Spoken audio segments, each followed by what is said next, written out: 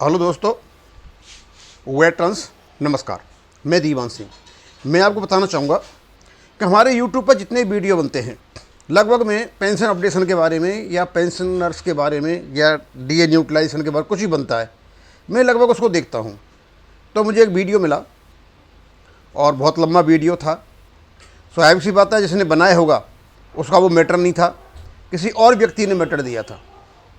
और उसमें सेवाराम जी के बारे में बताया था कि अभी सुनवाई नहीं होगी पेंशन अपडेशन के बारे में, संगला साहब केस में। उसी में उसने बोल रखा था, 13 पॉइंट दे रखे थे।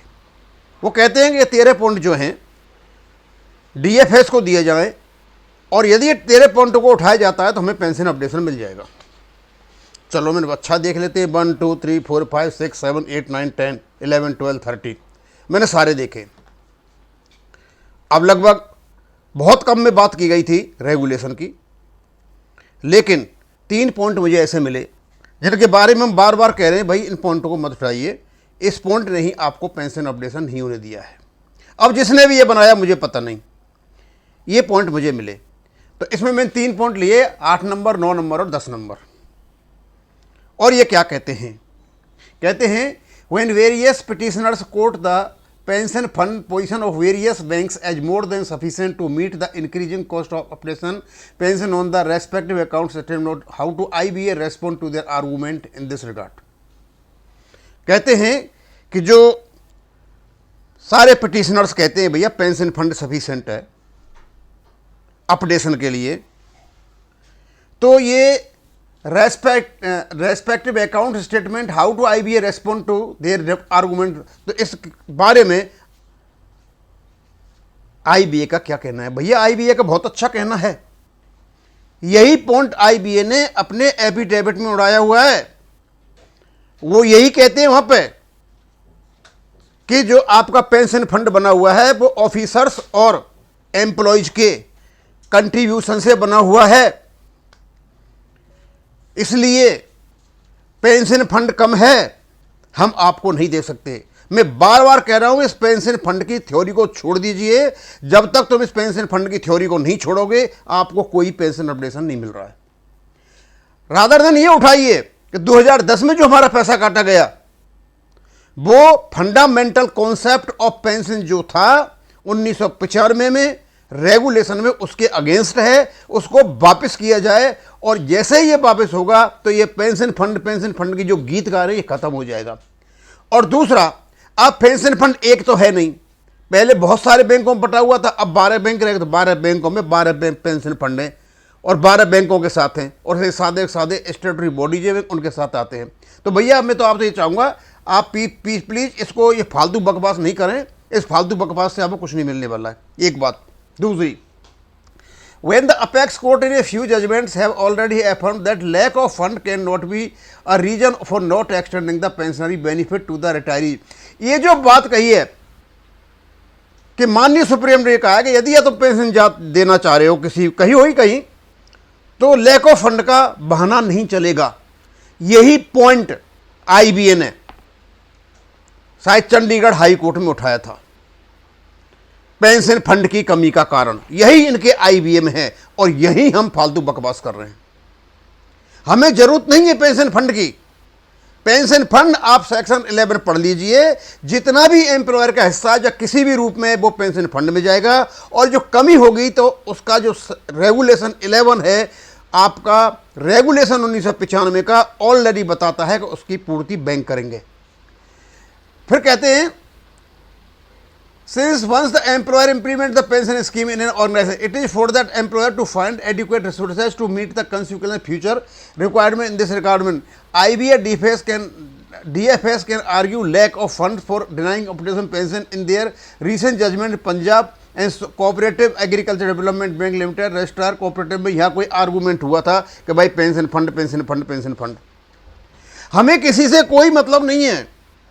हमारे लिए जो आपका एग्रीमेंट हुआ था 1993 में, 29/10/1993 को, और उसके बेस पे जो स्मॉल कमेटी ने आपके प्रोविजंस रेगुलेशंस बनाए थे, उसमें सिर्फ ये कहा गया था कि आप रेगुलेशन बनाते समय, क्योंकि हमारे पास तो थे नहीं, तो आप RBI पेंशन रेगुलेशन और CCS रूल्स 1972 का सहारा लें। उसमें पेंशन अपडेशन नहीं है उस समय, आरबीआई में, और वहाँ भी नहीं लिखा हुआ था सीसी रूल्स में, लेकिन इम्प्लाइड था। और आरबीआई का तो बहुत बाद में आया, क्योंकि उनको 3 प्रॉफिट मिलते हैं, 3 बेनिफिट मिलते हैं उनको।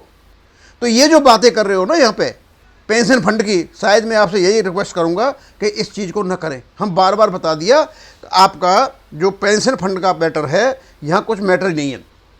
उसके कहते हैं फिर उसके बाद में, when the apex court has clearly affirmed in various judgments that in case of any dispute over a particular clause or section of a particular status, the interpretation should be in favor of the employees.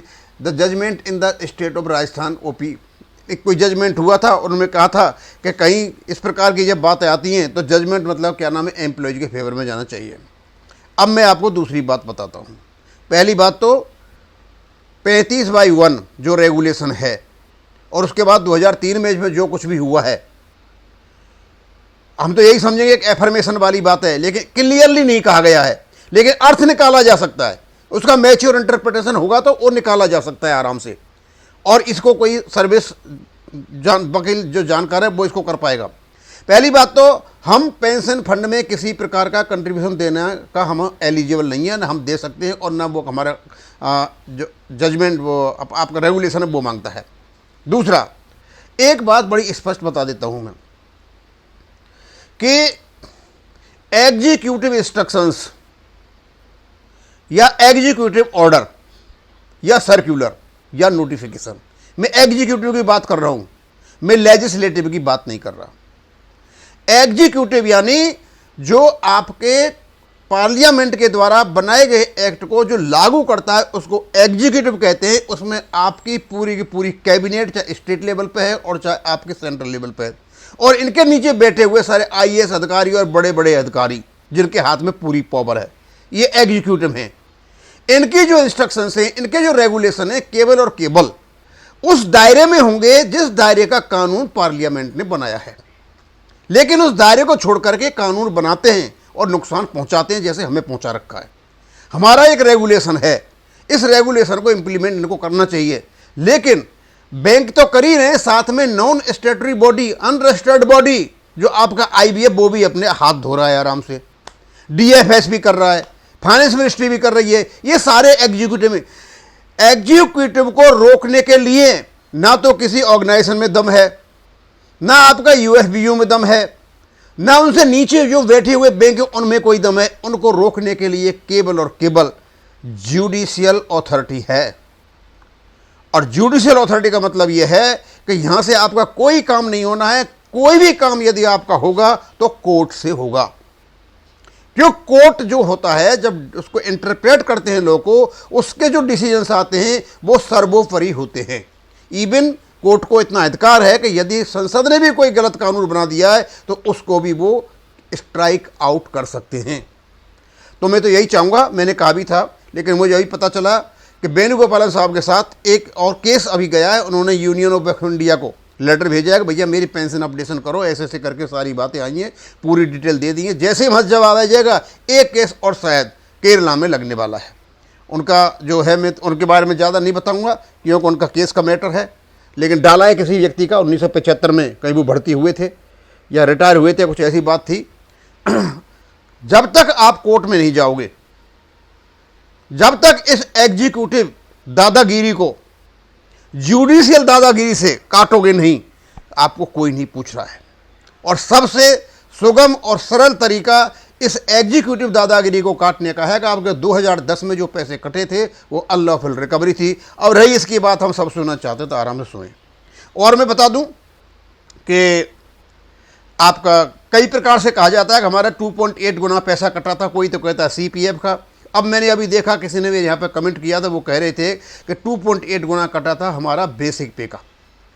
अब जैसा भी है, क्यों बहुत ज़्यादा document हमारे पास होता नहीं है, जो हम इधर उधर से लेते मिलता उसके बारे में बना देते हैं, जो कुछ भी हो, लेकिन वो आपका कटा था मेलाफाइड और आर्बिट्रेरी तरीके से।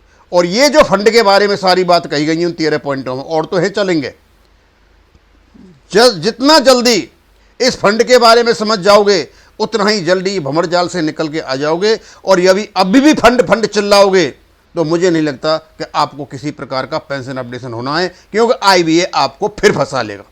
अब मैं इसे यहीं ख़त्म करूँगा। थैंक यू, धन्यवाद।